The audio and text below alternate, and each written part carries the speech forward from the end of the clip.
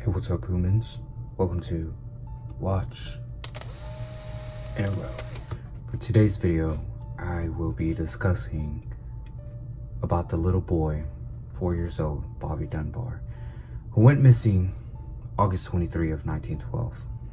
So the Dunbar family had a cabin they owned, and they would always go to this cabin, during the summer, during holidays, just a weekend off or something, just to get away from everything. The cabin was in Swayze Lake, and what they did not know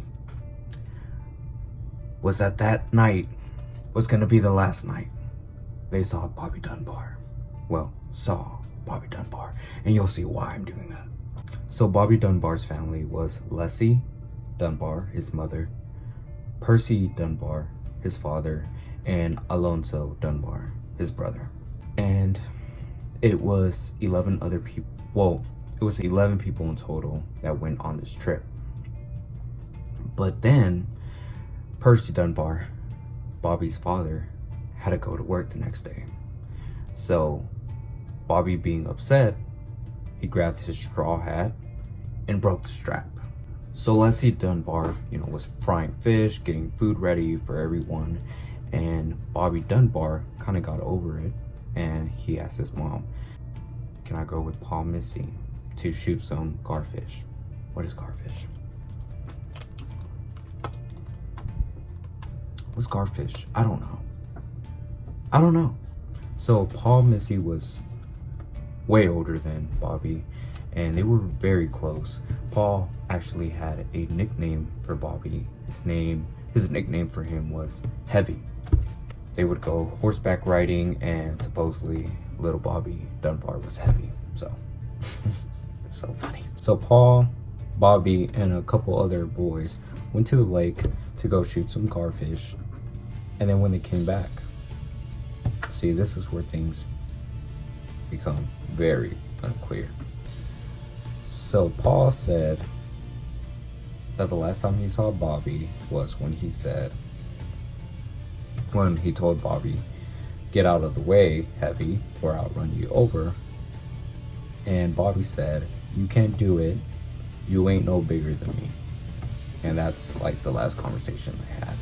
So when they came back, Leslie, the mother, realized Bobby wasn't with the group. She was like, "Where's my son? Why is he not with y'all?" So 3 men from the party went looking for Bobby at the wagon trail. So the wagon trail was where the father had took the route to leave to work. So they figured maybe Bobby went after his dad, since he was upset.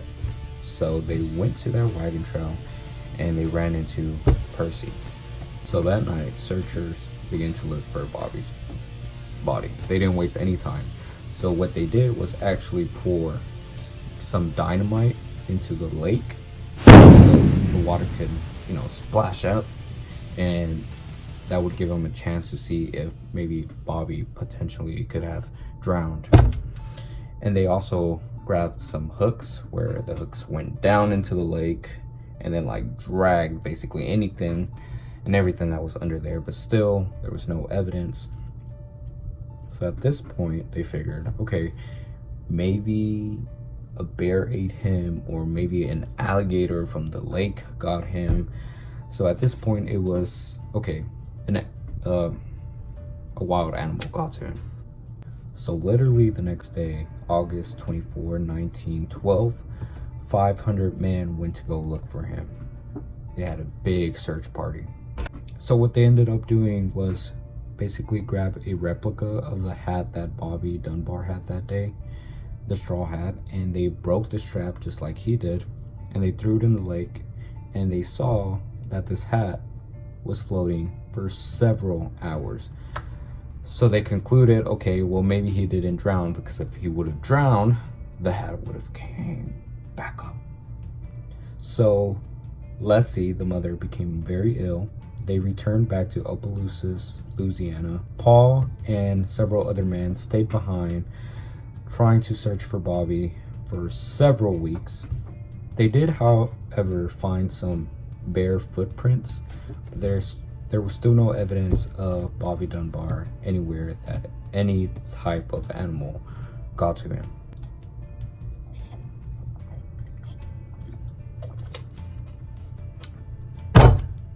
So at this point, people started thinking, okay, what if Bobby Dunbar got kidnapped? What if someone kidnapped him?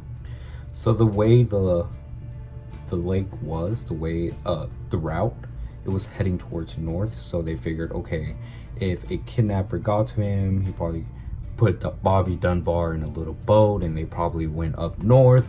So that's when the police reached out to the authorities in New Orleans to see if Bobby Dunbar was probably there. So Percy, the father, he went to New Orleans as well and got about 700 copies with a full description of Bobby Dunbar, and he talked to several news reporters hoping that he could find his son. East Texas to Florida also received this description of Bobby Dunbar. So at this point, it was a huge search party here and there, just desperately trying to find their boy. The description read, age 4 years old and 4 months. Full size for age, stout but not fat, large round blue eyes, light and very fair skin with rosy cheeks. Left foot had been burned when a baby and shows a scar on big toe, which is smaller than big toe on the right foot.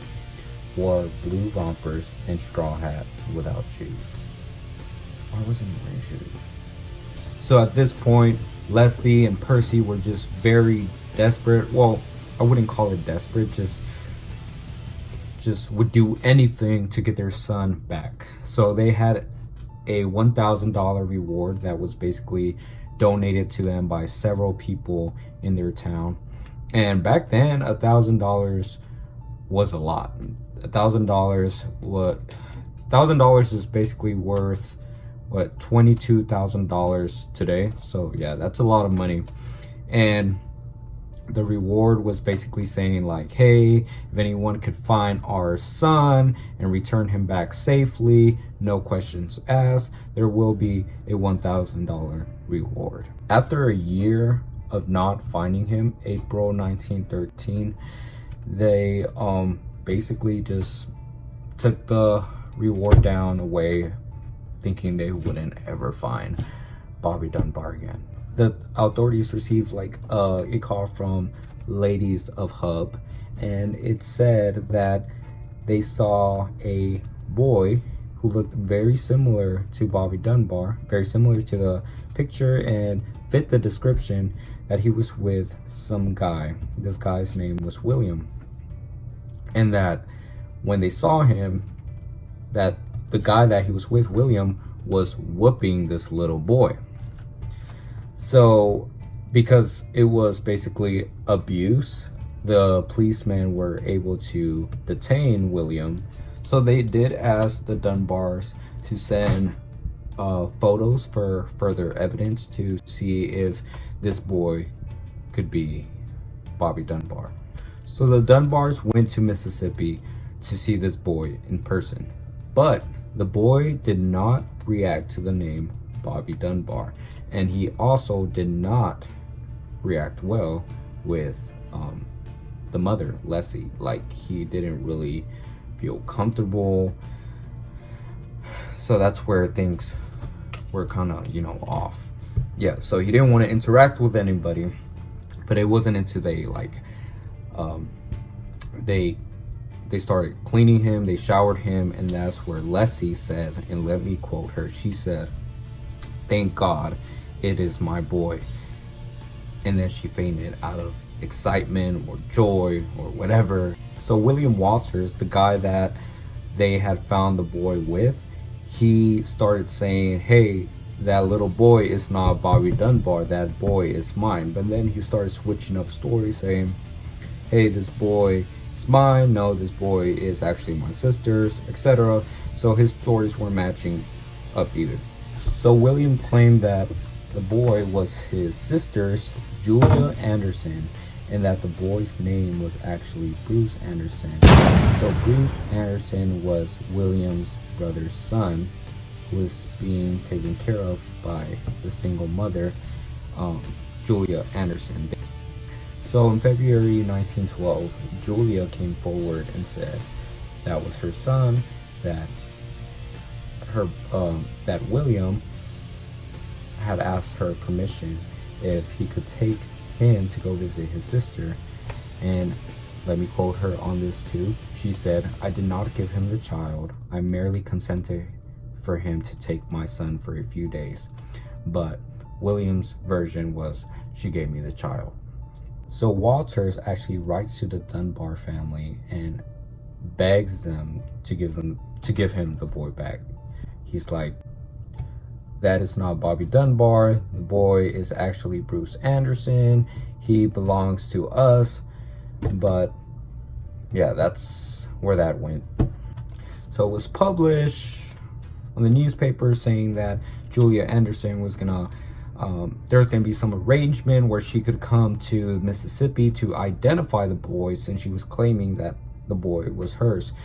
But what she didn't know was that she was stepping into this danger zone, and with this, because all these people who supported the Dunbar family already were led to believe that this boy is Bobby Dunbar, and who's this lady coming over here trying to claim that the boy is hers. So yeah, at this point everyone kind of already sided with the Dunbar family, saying this boy is Bobby Dunbar. So Bobby Dunbar's celebration was very huge. They had this whole festival. They had this whole festival where it was basically like a parade in the town square, and then they lived in a very big, beautiful home, and then they gave him a pony, and then they gave him a bike. And I'm not saying this is the reason why he remembered, but soon after that he came to the realization that, hey, I remember now, I'm Bobby Dunbar. Okay, if I was a kid and I was being spoiled to death, I mean, I would probably say that I was Bobby Dunbar too. Or am I wrong? Okay, so yeah, the boy got his memory back and finally accepted that he was Bobby Dunbar. So Julia was very upset because she felt when she saw him that in her heart that she knew that was her son. She was a single mother. She had 3 kids who she lost within a year. She had a baby who died, a daughter she had to give up for adoption, and then her son who went missing. So yeah, people were very mean to her. They called her illiterate. They were just making fun of how she lost all her kids in 1 year, and she actually didn't make enough money either. That's a whole another reason why she didn't have a lawyer. So the court actually appointed the boy to the Dunbar family, saying, yeah, he's officially Bobby Dunbar. And there was nothing Julia could do. She didn't have money, she didn't have a lawyer, so she was basically helpless, even though in her heart she knew that the Dunbar family had her son, Bruce Anderson. So because of that, William was actually convicted with kidnapping, but then the verdict was overridden with an appeal. So he didn't have to do life anymore. I'm not sure. He got sentenced with a new trial, but that's besides the point. So the boy who they claimed to be Bobby Dunbar grew up with the family. At age 18, he met a girl named Marjorie, and they married in 1935. But by 1966, Bobby Dunbar had passed away. By 1999, Bobby Dunbar's granddaughter, Margaret Cutright Dunbar, or Margaret Dunbar Cutright. She was very intrigued with the whole history of her grandfather, like the whole kidnapping thing. She kind of obsessed over it, looked into the books. They did have a scrapbook with over, I believe, was 400 different articles of what had happened around that time. She said everything was more like a jigsaw puzzle. There were missing pieces to the story, and her whole mission was trying to piece everything together to find out the truth of what actually happened, even though it happened years and years ago. So it's kind of interesting because there was this cartoon article where it was a grandfather and their grandchild on their lap, and it said, "Grandpa, do you think we'll ever know for certain what our right name is?" And that was regarding of the whole, Bobby Dunbar's kidnappings. But yeah, Margaret was basically living that cartoon because it's been years, and now she's not certain that she's actually a Dunbar. Like, what if her grandfather is not who they say he is? So going through the scrapbook, there were several different versions of different articles, and there was actually two that stood out. One of the articles actually said that Leslie had recognized Bobby immediately. And then the second article said that Leslie was unsure about the boy. She said, "I do not know. I am not quite sure." Which just kind of creepy. Not creepy. It's just kind of interesting because now it's like, okay, so there's a version out there saying that when Leslie saw her son, she did not recognize him, because what everyone knew was that she saw her son, she recognized him immediately, and she fainted, blah blah, the whole shebang. But now there's a story out there saying that no, that's not what happened. So there was a very old article. It was originally said that Percy and Leslie Dunbar did not recognize their son when they first saw him, that his eyes were too small. I'm not judging their parenting. I'm not judging anyone here. I find it really hard to understand, how do you not recognize your child, especially if you see the child with smaller eyes. I mean, eyes just don't change. I mean, a haircut, height, might get a little suntan or whatever, but eyes don't change. Eyes don't get smaller, eyes don't get bigger. It's just, especially at that age. I'm not sure, but I think it was out of hope of them wanting this boy to be their son. So for many years, Julia felt that the Dunbar family had kidnapped her son. And that's exactly what she said. They kidnapped my son. So Julia had a granddaughter. Her name was Linda Tarver. And she actually had said in an interview, "All of us cousins grew up. We knew that we had an uncle that had been taken by the Dunbar family in Opelousas, Louisiana. We always said kidnapped. They kidnapped him." So at this point, Margaret Cutright wanted to find a way to prove that her grandfather was actually Bobby Dunbar. So she was thinking, maybe a DNA test. The only problem was that everybody else in the family were like, "No, don't do it. It's not going to change anything. Why are you looking into it? There's no reason for you to do this DNA test. Just leave things alone." But she had her mindset that she wanted to know the truth. So what she did was grab a DNA sample of her dad, Bobby Dunbar Jr., and a very great uncle, Alonzo. So the test came back, and the boy was not Bobby Dunbar. What the frick? This like family, the generations were basically lied to. I mean, Okay, but this is the thing. They proved that this boy was not Bobby Dunbar, but they never actually did any further investigation to see if this boy was actually Julia Anderson's son. So, and why did my phone move again? Sorry, let me fix it real quick. Yeah, so yeah, that's insane. Wow.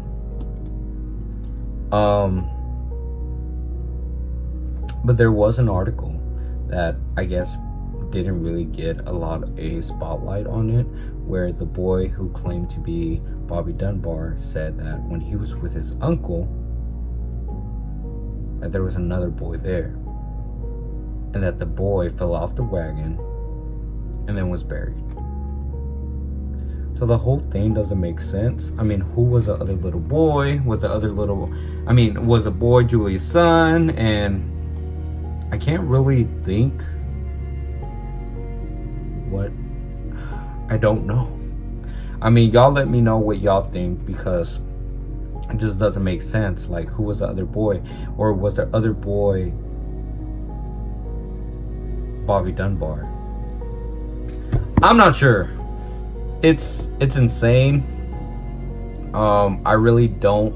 It's an unsolved case. That's up until today. Mystery's unsolved, and to be honest, I don't think it will ever be solved 100%. But y'all let me know what y'all think. Thank you for listening to this story, this case. It's one of the most interesting cases that I've watched, and yeah, I just wanted to share. So if y'all have any other cases y'all want me to do, or just any other videos, please let me know. I'm more than happy to try other things. And so yeah, please be sure, well, if you like this video, please be sure to give me a like and subscribe if you aren't subscribed already. Thanks for watching, guys. I'll see y'all next week.